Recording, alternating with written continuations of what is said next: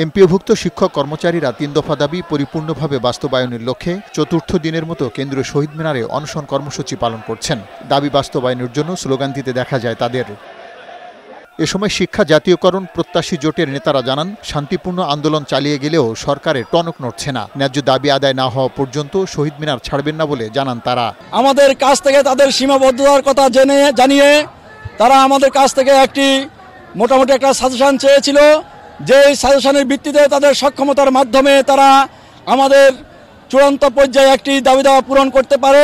এদিন দুপুরে বিএনপির চেয়ারপারসনের উপদেষ্টা শহীদউদ্দিন চৌধুরী আনীর নেতৃত্বে বিএনপির একটি প্রতিনিধি দল আন্দোলনরত শিক্ষকদের কাছে গিয়ে সংহতি প্রকাশ করেন। এ সময় তিনি জানান, আগামী দিনে বিএনপি ক্ষমতায় এলে এমপিওভুক্ত শিক্ষকদের চাকরি জাতীয়করণ করা হবে। আপনাদের যে একটা সামাজিক মর্যাদা রয়েছে, এই মর্যাদাকে আমরা যথেষ্ট অনুভব করেছি এবং গুরুত্ব প্রদান করেছে। আন্দোলনকারী শিক্ষকেরা জানান, সরকার দাবি পূরণ না করলে শিক্ষা উপদেষ্টার পদত্যাগের ১ দফা আন্দোলনে যাবেন তারা।